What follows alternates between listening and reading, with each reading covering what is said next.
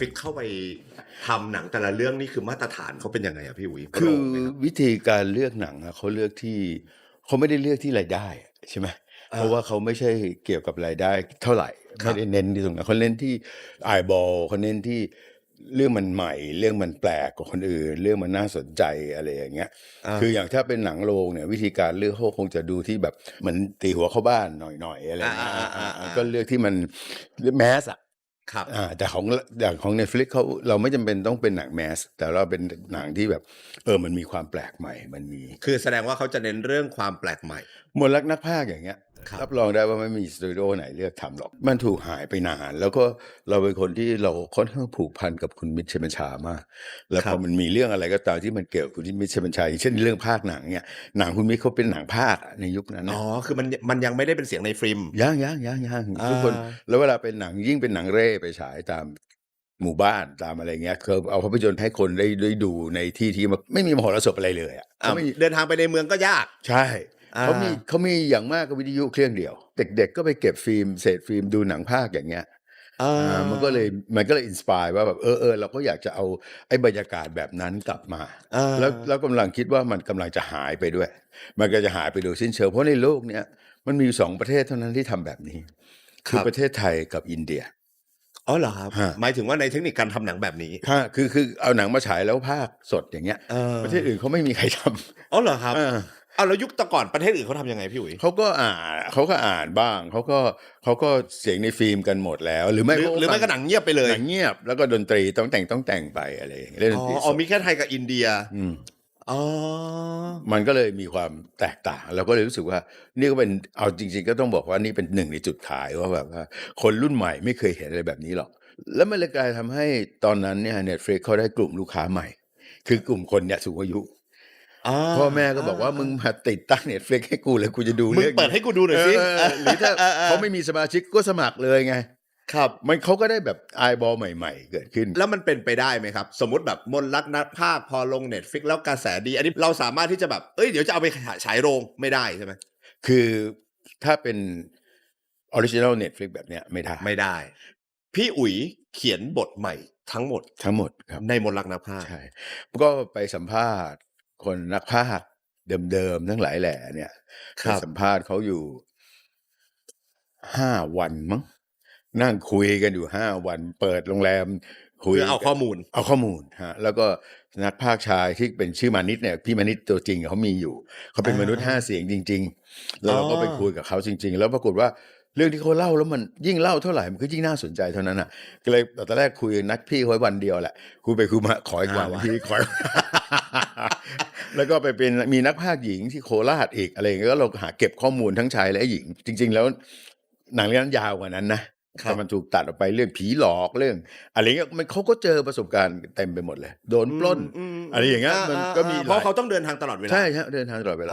แล้วก็เราก็บอกว่า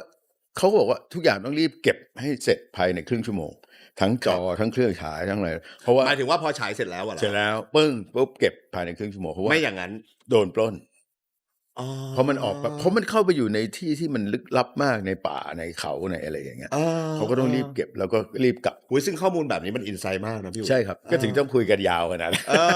เพื่อจะไดเจสออกมาว่าอันไหนน่าสนใจมันควรจะอยู่ในหนังเรื่องความรักมีไหมเรื่องอะไรอย่างนี้มีไหมความรักถ้ามันมีมันจะไปแบบไหนนะมันจะมีแบบไหนได้บ้างอะไรอย่างเงี้ยนะผมแวบไปหนังทางNetflixได้ไหมผมอยากรู้เหมือนกันว่าวิธีการทำหนัง Netflix ทุกวันนี้มันก็เป็นอีกถึงช่องทางของคนทำหนังบ้างเป็นอีกหนึ่งช่องทางที่มันเป็นเหมือนมันเป็นช่องทางที่ดีงามมากๆเลยนะแต่มันเบียดเข้าไปยากมากเลยอ่ะคือหลายๆคนอาจจะบอกว่าเอ๊ะทำไมพี่พิงไม่เข้าไป Netflix ว่าอะไรเงี้ยคือทำไมกูจะไม่อยากเข้ากูอยากเข้าจะตาย แต่มันเบียดเข้าไปยากมันไม่ใช่แบบว่าหมายถึงการคัดกรองการ select การหรือแม้แต่เนื้องานของเราด้วยส่วนหนึ่งนะครับคือมันไม่ใช่ว่าแบบมันจะเบียดมันต้องโอ้โหหลายๆอย่างเขาก็มีบอร์ดของเขาซึ่งเป็นเรื่องปกติที่เขาจะต้องมั่นใจว่าสตรีมมิ่งอันนี้ลงไปเนี่ยอย่างน้อยเนี่ยมันจะต้องแบบว่าขึ้นชาร์ตนะอย่างน้อยมันต้องไม่ไอบอลมันต้องขึ้นระยะเวลาในการดูเดี๋ยวนี้มันฟ้องกระทั่งว่าแบบว่าดูแบบสคริปต์ไหมดูผ่านๆไหมนาทีแล้วเข้าแล้วออกไหมอะไรเงี้ยผมเชื่อว่าบอร์ดบริหารเขาก็รับผิดชอบประมาณนึงเขาก็ไม่รู้ว่าตัวเขาแขวนบนเส้นได้หรือเปล่าผมเชื่อว่า การเบียดเข้าไปนะมันยากแต่ว่าไม่ใช่ไม่ได้นะครับหมายถึงว่าถ้าน้องๆมั่นใจก็ลุยเลยผมเนี่ยในอนาคตก็ไม่แน่ผมอาจจะแบบว่าเข้าไป Netflix บ้างก็ได้ถ้าเขาสนใจแต่แสดงว่า Netflix เนี่ยก็ถือว่าเป็นอีกช่องทางหนึ่งโอ้ดีเลยใช่ไหมใช่เพราะเขาใช้เงินเยอะนะหนังที่เราเห็นแต่ละเรื่องโอ้โหหนังเพื่อนผมนี่ผมบอกราคาไม่ได้นะครับอย่างหนังของเพื่อนคุณโขมเนี่ยบางกอกเบรกกิ้งเนี่ยโอ้โหใช้เงินเยอะมาก quality คือไม่ได้ต่างจากหนังโรงดีๆเลยลองไปเซิร์ช Google ดูหรือแม้แต่ไม่ใช่ Google นะเซิร์ช Netflix ดูหรือแม้แต่ของพี่อุ๋ยอ่ะมนต์รักนักพากย์เนี้ยคือผมเชื่อว่ามันไปไกลได้ขนาดว่าวงการหนังโรงภาพยนตร์เนี่ยไม่สามารถทุ่มเงินได้ขนาดนั้นกับหนังแบบมนต์รักนักพากย์มนต์รักนักพากย์เป็นหนังที่สุ่มเสี่ยงมากถ้าจะลงเงินขนาดนั้นแล้วทำเพื่อฉายโรงเนี้ยซึ่งโปรดักชันมันดีมากมันต้องใช้เงินจริงๆถึงทำได้ขนาดนั้นเนี่ยครับแสดงว่าพอเรามาพูดถึงนะวันนี้ด้วยสิ่งที่พี่พิงเล่ามาไม่ว่าจะเป็นการทะลักมาจากทีวีก็ดีเรื่องของเทรนด์คนดูก็ดีเทคโนโลยีที่เปลี่ยนไปช่องทางการเผยแพร่นี่น่าจะเลยทำให้หนังไทยมันกลับมาค่อนข้างที่จะสนุกสนานคึกคักผมเชื่อแบบนั้นหวังว่าแบบนั้นขอให้เป็นแบบนั้นเหมือนช่วงเนี้ยผมเชื่อว่าพี่พิงก็สังเกตได้และคนดูก็น่าจะสังเกตได้ว่าช่วงนี้เหมือนมันเป็นช่วงการกลับมาฮิตของกระแสหนังไทยอีกรอบปะไม่รู้ต้องถามคนที่อยู่ในวงการชัดๆเนี่ยผมว่าก็อย่างที่บอกแล้วครับมันเหมือนถูกถีบด้วยเทคโนโลยีแล้วกันพอแบบหน้าด่านเราถูกเกาหลีตีแตกแล้วอะอันนี้เรายอมรับความจริงนะในแบบโฆษณาสินค้าเขาไม่ซื้อเขาไม่ค่อยสนใจกับซื้อโฆษณาในละครเท่าที่พูดถึงละครใช่ไหมใช่ฮะที่จะ cover มันจึงทำให้พอละครเขาไม่เปิดเนี้ยไอ้คนที่มันแบบทำอยู่ตรงนั้นมันก็ต้องหาดิ้นรนทางออกแล้วมันก็เลยแบบว่าครีเอทีฟทั้งหมดที่มันมีอ่ะมันก็เลยต้องเอามาดิ้นรนกระเสือกกระสนเพื่อจะมาเจอกันบนเวทีหนังทีนี้พอมันแบบว่ามันทำด้วยอาการหนีตายอ่ะมันจึงแบบกูมีเท่าไหร่กูใส่เต็มอ่ะเพราะฉะนั้นอ่ะปีหน้าเราจะพบว่าเราจะเจอหนังอย่างที่หยด3อย่างเงี้ยอีเลียมซิ่ง2อย่างเงี้ยคือหนังแต่ละอันเนี่ยไปดูไลน์อัพในไลน์อัพคือตอนนี้ผมทำแบบยันแบบวันเขาเรียกอะไร one stop service ผมจึงรู้ไลน์อัพหนังทั้งหมดอ่ะมันมีแต่หนังแบบน่าดูเต็มไปหมดอ่ะคือแบบหนังอะไรที่แบบว่านาคี3อย่างเงี้ยครับมันกลับมาช่วงปีไหนพี่พิงวงการหนังตั้งแต่สัก3 ปีไหมถ้าเราพูดถึงผมมองว่าเมื่อปีที่แล้วนี่เองถ้าถามผมนะครับใช่ผมว่ามองตั้งแต่ที่หยด1นะครับก็คือโควิดเริ่มซาใช่พอโควิดเริ่มซาเนี่ยโฆษณาก็เริ่มไม่เข้าโทรทัศน์แล้วพี่มองว่าทำไมมันถึงหนังไทยมันถึงกลับมาฮิตกลับมาคึกคักกลับมามีสีสันกลับมาทำเงินเต็มไปหมดเลยนะผมมองว่ามันเป็นยุคตกต่ำของหนังฮอลลีวูดด้วยล่ะครับหนังใหญ่ๆอ่ะคุณดูอย่างไอ้เนี่ยล่าสุดอะไรสักอย่างหนังไอ้ซูเปอร์ฮีโร่อ่ะก็ไม่ได้ตังค์นะผมว่าพอหนังนอกไม่ได้เงินโรงก็ไม่เลี้ยงหนังนอกพอโรงไม่เลี้ยงหนังนอกโรงมาเลี้ยงหนังไทยได้เงินเยอะขึ้นคนมันก็เลยเห็นช่องทางการหาเงินด้วยคนดูหนังจะได้อะไรจากการที่หนังไทยมันกลับมาฮิตแบบเนี้ยแล้วก็มันคึกคักขนาดนี้พี่พิงมีตัวเลือกมากขึ้นแน่ๆเลยแล้วคุณภาพมันก็ต้องดีมากขึ้นด้วยเราจะพบว่ามันจะมีหนังที่เหมือนหนังกระบะนะครับแต่ผมไม่ได้พูดว่าเรื่องไหนนะครับมันเหมือนก็จะมีหนังกระบะแทรกเข้ามาบ้างเงี้ยสุดท้ายหนังเหล่านี้ก็จะแบบรอดยากครับเพราะว่าคนดูเขามีตัวเลือกมากขึ้นเขาดูในไลน์อัพหนังเขา Facebook เสิร์ชดูเดี๋ยวก็มีแบบเบื้องหลังหนังเรื่องนี้เนี่ยเขาเห็นเบื้องหลังเขาก็พอจะรู้แล้วแหละว่าเฮ้ยอย่างถ้าเราเจอหนังตัวอย่างนาคี3เนี้ยกับหนังกระบะอย่างเงี้ยเราก็ดูหนังนาคี3แต่ไม่ใช่ว่าหนังกระบะไม่ดีนะครับหนังกระบะบางเรื่องโอ้โหดีมากแต่ว่าโอกาสไปไม่ถึงคนดูอันนี้ก็เป็นหน้าที่ที่คนทำอย่างเราเนี่ยก็ต้องทำให้มันน่าดูด้วยแหละหรือแม้แต่หนังผมเองเนี่ยเห็นปากดีๆพูดชอๆเนี่ยก็ไม่รู้ว่ามันจะสื่อสารไปถึงคนดูด้วยหรือเปล่านะครับบางทีเนี่ยส่วนหนึ่งอ่ะในแง่ของการ PR เราก็ไม่รู้ว่ามันไปได้ขนาดไหนคือแต่ก่อนเนี่ยมันยังมีแบบรวมศูนย์นะคือแบบถ้ามึงไปรายการเนี้ยมึงกระจายข่าวทั่วประเทศนะคือนาทีนี้เนี่ยรวมศูนย์เนี่ยมีรายการเดียวคือโหนกระแสคือที่แบบว่าถ้ามึงผ่านปากพี่หนุ่มกรรชัยเนี่ยหนังมึงไปถึงหูทุกคนแน่ๆครับแต่มึงอาจจะต้องติดคุก คืออะไรอย่างเงี้ยครับคือผมรู้สึกว่าเดี๋ยวนี้มันไม่ มันไม่มีรายการแบบนั้นอีกแล้วอะอะไรเงี้ยมันเดี๋ยวนี้มันเซกเมนต์มันถูกแยกย่อยไปตามความชอบของแต่ละกลุ่มแล้วเงี้ยเพราะฉะนั้นมันก็ต้องเป็นหน้าที่ของเราที่จะหาจุดขายยังไงให้หนังเราอย่างผมเนี่ยก็ต้องถมดารานะผมแบบคือดาราคนไหนผมอยากได้เนี่ยผมก็ต้องคนที่ต้องมาเพราะว่าหน้าหนังจอห์นวิกเงี้ยจอห์นวิกตัวเขาเรียก copy show นะจอห์นวิกไทยจอห์นวิกไทยเยอรมันเขาเป็นคนเยอรมันครับหรือแม้แต่แบบคุณเลเรียลแบ็กเนี้ยผมก็เอาเข้ามาเล่นนะต้องถมเคยเซิร์ชเปล่าติดตามอยู่ อะไรอย่างเงี้ยครับผมคือถ้าคุณอย่างหนังรถถังเนี้ยคุณรถถังเนี้ยคือผมรู้สึกว่าอย่างน้อยเนี่ยการที่เราถมนักแสดงเนี่ยให้คนดูเห็นในหน้าหนังเนี่ยมันช่วยได้ประมาณหนึ่งเขาก็จะมีแฟนในแต่ละกลุ่มด้วยใช่แล้วมันก็จะช่วยประมาณหนึ่งว่าเฮ้ยมันเกิดการลงทุนจริงๆเว้ยมันไม่ใช่ว่าแบบว่ามันทำแบบ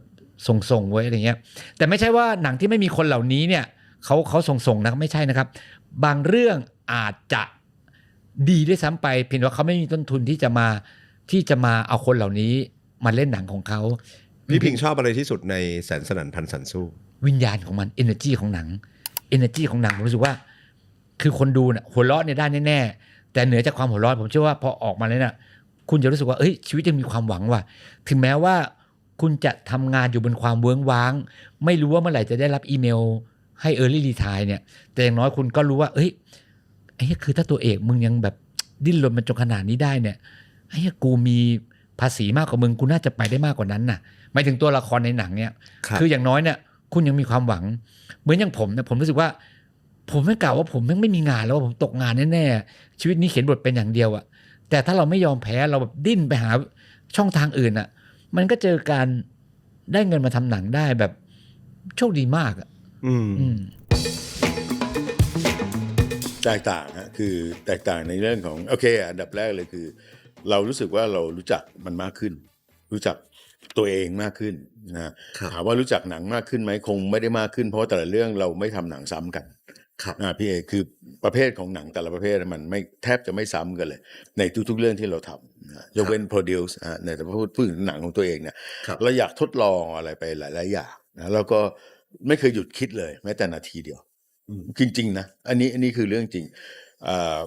กินข้าวไปก็คิดหนังไปทำอะไรก็คิดไปว่ามันดีหรือยังมันถูกต้องหรือเราไม่เคย make sure ว่าเฮ้ยทำหนังเรื่องนี้ใช้วิธีนี้ไว้แม่งแน่นอนใช่เราไม่เคยมีสูตรสำเร็จเลยแล้วเราก็กังวลกับการทำหนังทุกเรื่องตลอดเวลาคิดเลยว่าถ้าเราไม่กังวลเมื่อไหร่คุณใช้สูตรสำเร็จไปทำงานคุณใช้สิ่งที่คุณความรู้เดิมๆของคุณวิธีการเดิมๆของคุณไปทำงานมันไม่มีทางได้งานที่ดีนะเพราะนั้นคนก็บอกว่าโอ้ยพี่เดี๋ยวนี้พี่ทำหนังสบายแล้วสิชำนาญขนาดนี้ทำมาจะ30 ปีอยู่แล้วไม่เลยผมกลับไปอยู่ที่เดิมเลยทุกเรื่องมันมี challenge ของมันใช่ครับทุกเรื่องมันมีแล้วทำยังไงให้มันต่างจากสิ่งที่กูเคยทำมาแล้วด้วยนี่คือจุดสำคัญที่สุดว่าเราจะเล่าวิธีการอะไรไอเดียใหม่ๆยังไง creative ของมันยังcreate อะไรออกมาใหม่ๆได้บ้างวะพี่เชื่อว่ามันมีวิธีอีก108ใช่ไหมที่เราจะเล่าหนังพอเรามีสตรีมมิ่งเราได้ดูหนังจากหลายประเทศมากขึ้นเราก็รู้ว่าสเปนมันก็มีคนที่โคตรเก่งเล่าหนังอีกแบบอยู่แล้วมันก็สนุกในของมันด้วยของมันกับของเราก็แตกต่างกันเขาก็อาจจะอยากเอนจอยกับหนังแบบของเราอะไรเพราะฉะนั้นเวลาที่เราทำหนังพอเริ่มต้นสตาร์ทจะทำโปรเจกต์หนังตั้งแต่เขียนมันจนจบเราจะเลิกดูหนังไม่ได้เพราะไม่งั้นเราจะติดช็อตนี้มาจากอันนั้นวิธีนี้มาจากอันนี้มันจะจำโดยไม่รู้ตัวใช่มันจะออโตเมติกมาซึ่งแบบเราต้องหยุดจริงๆให้ได้จริงๆแล้วเราเอาความเป็นเราเนี่ยออกมาเยอะๆอ่านบทบ่อยๆจินตนาการไปอีกแบบสิจินตนาการไปอีกแบบสิเราคิดอันนี้อีกแบบสิมันมีแค่นี้จริงๆเหรอว่าไม่หรอกมันต้องมีอีกมันต้องมีแบบใหม่แสดงว่าสนุกกับทุกครั้งทุกวันทุกงานทุกเรื่องเอนจอยมากแต่ตอนนี้อีกอย่างที่สำคัญก็คือพี่อย่างที่สำคัญคือเราต้องแข็งแรงด้วยไงเราเป็นอะไรไม่ได้ด้วยอันนี้สำคัญมากๆครับก็หลังๆเพื่อนก็บอกว่าจะปั่นอะไรกันนักหนาบอกไม่ได้ดิไปดูนะครับอุ๋ยปั่นไปชิมไปนะครับนี่ครับพี่อุ๋ยพาชิมแถวรอบๆวัดเสมียนแถวนี้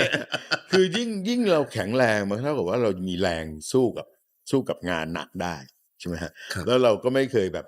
นั่งอยู่กับที่แล้วก็คนนั้นไปดูโลเคชั่นมาคนนี้ไปบล็อกช็อตมาให้ไม่เคยเลย ทุกอย่างมันต้องไปด้วยกันหนังมันต้องไปด้วยสองเท้าของเราตลอดเวลา เพราะเราเป็นผู้กำกับ ครับ อันนี้มันสำคัญ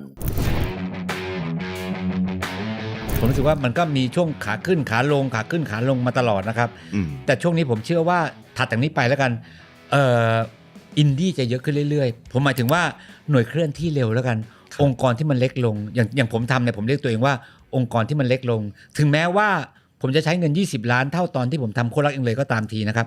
ผมเรียกมันว่าหน่วยเคลื่อนที่เร็วแล้วกันเราจะไม่ต้องผ่านระบบสตูดิโอเราจะไม่ต้องรอนู่นรอนี่นะครับผมเชื่อว่า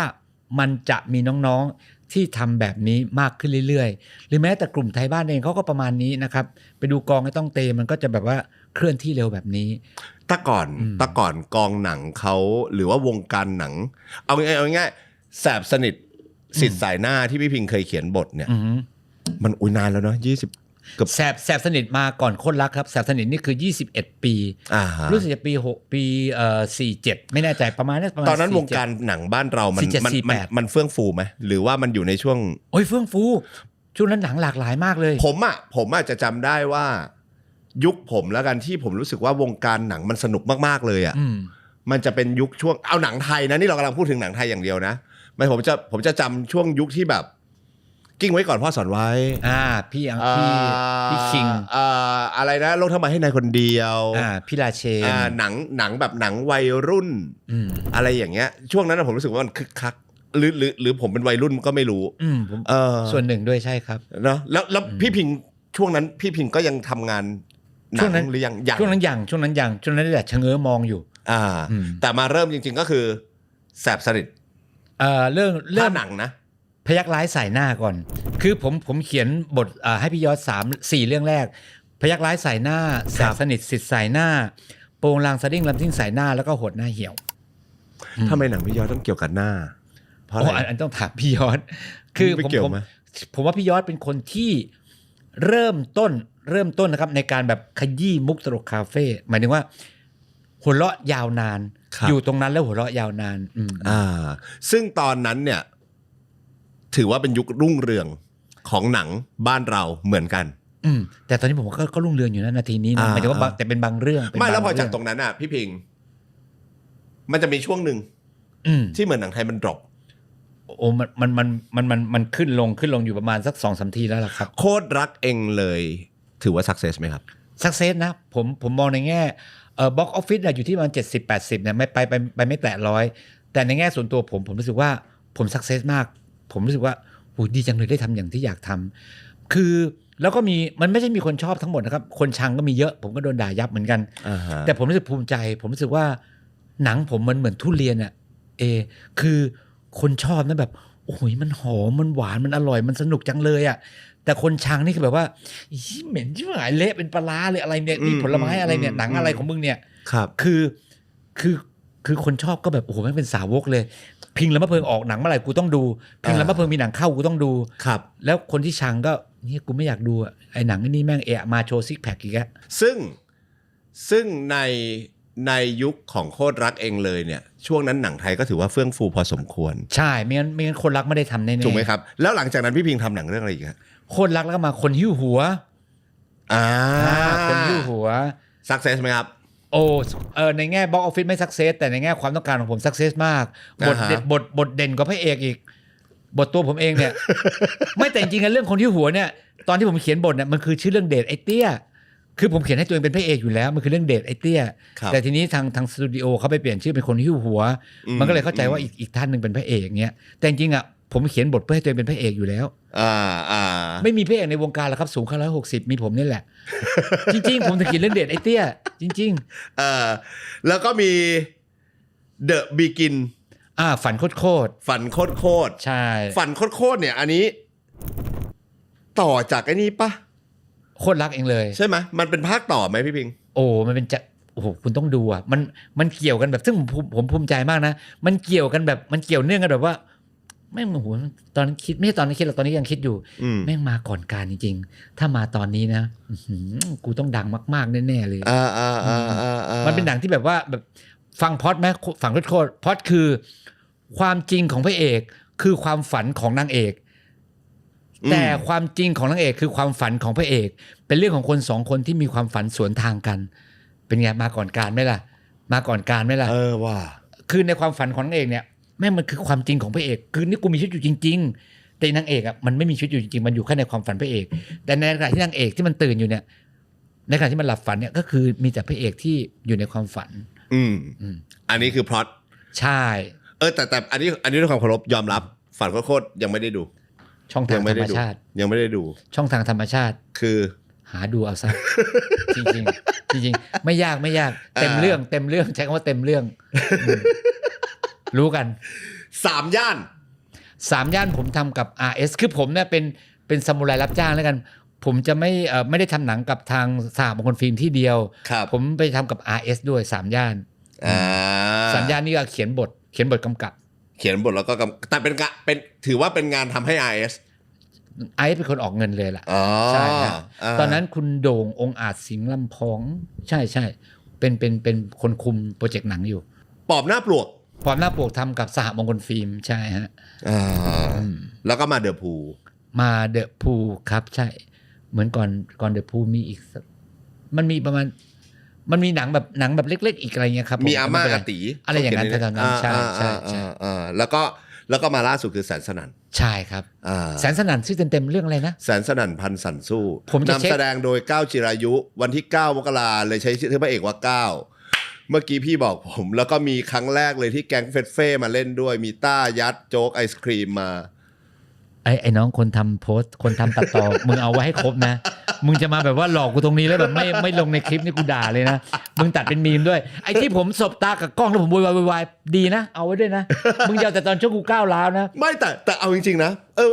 พอดูไทม์ไลน์ปี49 50 52 53 57 616ก็ทำหนังไม่ได้หยุดเหมือนกันนะ ใช่ผมไม่ได้ใช่ ไหมครับ มีมาหยุดช่วงเนี้ยช่วงไอเดอะพูมาเนี่ย ที่ห่าง ใช่ ยาวนานที่สุด ใช่ความที่ห่างเพราะว่าส่วนหนึ่งคือช่วงนั้นเดอะพูมันไปทั่วโลกเลยผมไปเที่ยวสักปีกว่าๆด้วยไปเที่ยวคือตามหนังไปเที่ยว12 ประเทศเนี้ย ครับ คือเดอะพูเนี่ยผมว่าแม่งเป็นหนังแบบเปลี่ยนชีวิตผมแล้วพี่เอคือในช่วงวัยหนุ่มของผมเนี่ยผมเคยไปทำงานใช้หนี้อยู่ที่อเมริกา แล้วผมก็โดดเป็นโรบินฮูดครับ ผมแม่งโดนในประเทศผมโดนปั๊มแบบห้ามเข้าประเทศผมทั้งหนังเรื่องเดอะพูหนังผมได้รับรางวัลอเมริกามีจดหมายมาเชิญผมให้กลับไปอเมริกาอีกครั้งในแบบว่าปั๊มวีซ่าให้10 ปีคืออารมณ์มันเหมือนโรมันโปลันสกี้ที่แบบโดนในประเทศเพราะว่าไปกระทำชำเราเด็กแล้วสุดท้ายก็แบบเอาอภัยโทษให้มึงอะไรเงี้ยเหมือนโรมันยังไม่โดนภัยโทษน้องโรมันไม่โดนชาลีแชปปินสิเนาะ ครับ เขาภัยโทษให้กลับไปที่นู่นได้ซึ่งเดอะพูมันทำให้พี่ ใช่ ได้รับเชิญจากอเมริกาทั้งที่เคยถูกสแตมป์ห้ามเข้าประเทศมาแล้ว ใช่คือตอนนั้นผมไปล้างจานใช่เมื่อตอนวัยหนุ่มไปล้างจานอยู่ที่อเมริกาแล้วก็แบบพอเก็บเงินได้ก็นั่นมีความฝันว่าอยากจะล้างฟิล์มก็เลยกลับมาเมืองไทย โอ้โหจากล้างจานเป็นล้างฟิล์ม